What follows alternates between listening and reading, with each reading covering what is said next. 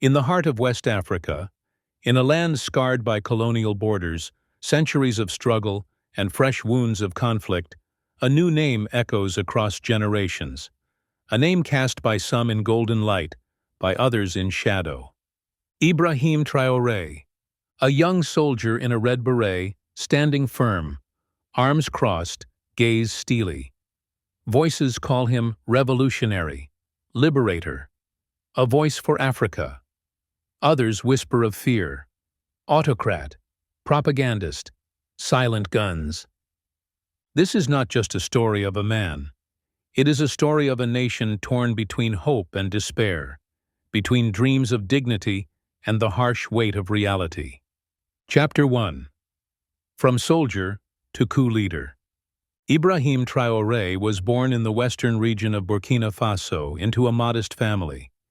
He studied geology at the National University, a student with academic promise, yet drawn early to activism. He joined student associations, including Marxist-leaning and Muslim student groups. But the peaceful halls of academia could not shield him from the unrest consuming his country. After graduating, he enlisted in the army. He was trained abroad, gained experience in counter-terrorism, and served with United Nations peacekeeping missions. By 2022, Burkina Faso was drowning in violence. Islamist extremist attacks were rampant, large swathes of land beyond government control. The government in power was widely perceived as incompetent, riddled with corruption, and unable to protect its people. In September 2022, Traoré, then a captain, led a coup that ousted the interim leader, citing failure to safeguard the nation. At just 34, he seized power. Overnight, he became not only the youngest head of state in Burkina Faso's history, but also among the youngest in the world. Supporters said it was a long-overdue reset, a new generation rising to end corruption, foreign dependency, and insecurity. Critics warned, another military takeover, another gamble for democracy. Chapter 2. The Rise of a Pan-African Icon. In the months that followed, Traoré embarked on a dramatic rebranding of his image. He evoked the legacy of Thomas Sankara, the legendary 1980s revolutionary beloved across Africa for his anti-imperialist stance, push for self-reliance, and socialist reforms. Traoré donned the red beret, marched to the memory of Sankara, and often paid homage in public speeches. But his rebranding went far beyond nostalgic symbolism. He announced a pivot. Burkina Faso would no longer rely on former colonial powers.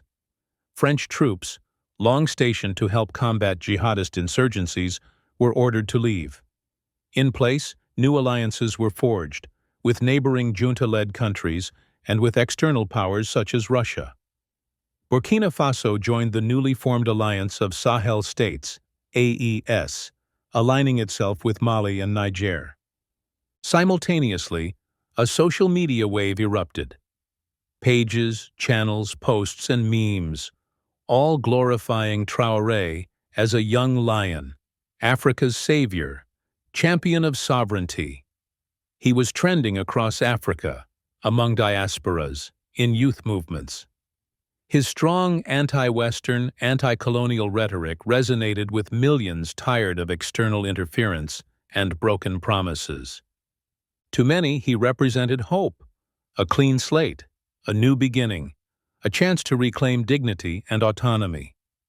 He answered a need, one supporter said. Young Africans have found a spokesperson. And the momentum was real. Infrastructure projects, agricultural initiatives, public works, all framed as weapons against corruption and underdevelopment. The message placed power, wealth, and dignity back in Burkinabe hands. Chapter 3. The Promises and the Broken Vows. Traoré's narrative was built on grand promises, first among them, security. He claimed he would defeat extremists within 6 months, restore state control across the country, and bring peace. Then, elections within a year to restore democratic legitimacy. Today, neither promise has come close to fulfillment. the security situation has worsened. Analysts estimate more than 70% of Burkina Faso remains under de facto control of jihadist groups or outside effective government reach. One of the deadliest blows came in August 2024, when militants attacked the town of Barcelogo, killing hundreds of civilians. Even more alarming, the government seems to have quietly abandoned the idea of free elections. Bare months after promising polls, Traore declared that elections were not a priority. Since then, institutions that ensured democratic fairness have been dismantled. The country's independent electoral commission was dissolved. To many citizens, the revolution quickly turned into a new form of rule by decree. Chapter 4. Tightening the Grip: Media, Opposition, and Control. As the months progressed, Traore's regime began consolidating power in earnest. Critics say this was no accident, but deliberate. Independent media outlets have faced shutdowns, broadcasters banned, international press expelled. Several journalists, activists, and critics were reportedly forced into frontline military roles fighting jihadists. Some never returned.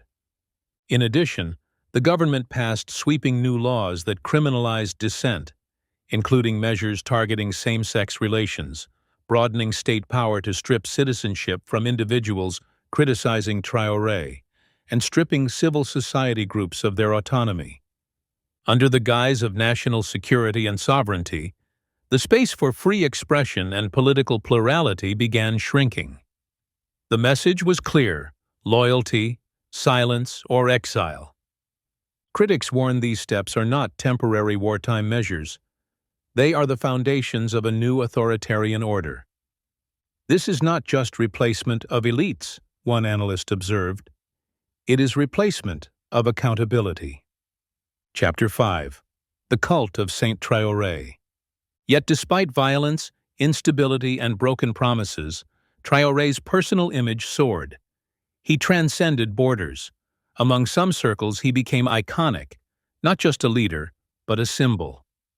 Fans called him Saint Traore, venerating his visage on social media, music videos, murals, clothing, transforming political charisma into cultural worship. International observers note that disinformation campaigns, some reportedly supported by foreign actors, have amplified his myth. Stories of rapid progress, economic revival, and anti-imperial triumphs flooded timelines, often without verification. For many young Africans, saturated with frustration and distrust of Western-backed institutions, the myth offers hope, a chance to believe again, a chance to imagine an Africa unshackled from colonial hangovers. Chapter 6. Reality Strikes Back. But behind the slogans, the real world remained unforgiving. Violence raged. Civilians died. Thousands were displaced. Local NGOs and human rights groups reported abuses by armed forces and allied militias. Economic initiatives lagged. Promised infrastructure projects remained half-built. Agricultural and industrial reforms, once touted as the backbone of national renewal, struggled amid insecurity, supply disruptions, and constant displacement. Most damning of all, the very freedoms Traore claimed to restore, sovereignty, dignity, justice, were being replaced by suppression and fear. Families mourned, journalists vanished, critics fled. Citizens stopped speaking loudly on the streets. In many regions, citizens confronted a grim reality. Their lives had improved little, yet their voices were gone. Chapter 7. The Battle for Narrative. What remains is a battle for truth, between two Africas. On one side, the imagined Africa of memes, slogans, social media hype, confident, defiant, proud. On the other, the real Africa of grave insecurity, silent fear, broken promises, and people living in limbo. Traore's supporters argue that what he needs is time. History will prove him right. They say true revolution never fits into a calendar. Critics argue differently. A leader who rules by force, controls information, crushes dissent, and fails to deliver security and prosperity cannot claim legitimacy. They caution against the dangers of romanticizing soldiers over systems. Political analysts warn, the future of Burkina Faso will be decided not by red berets and slogans, but by institutions, by courts, by elections, by transparency, by a government accountable to its people. But for now, the story remains unresolved. Chapter 8. What's at stake? What does this conflict mean for Burkina Faso, and for Africa at large? Security versus rights.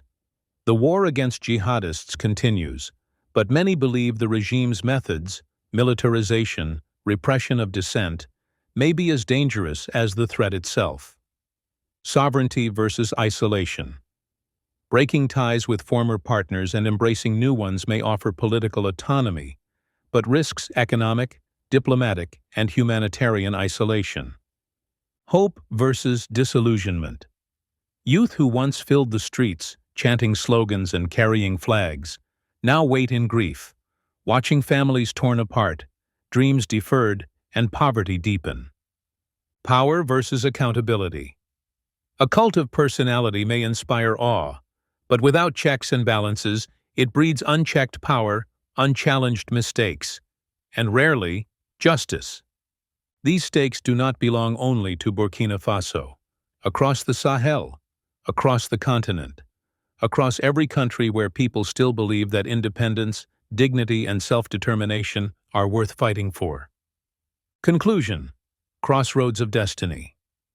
As the sun sets over Ouagadougou, painting dusty rooftops orange and gold, the nation stands at a crossroads.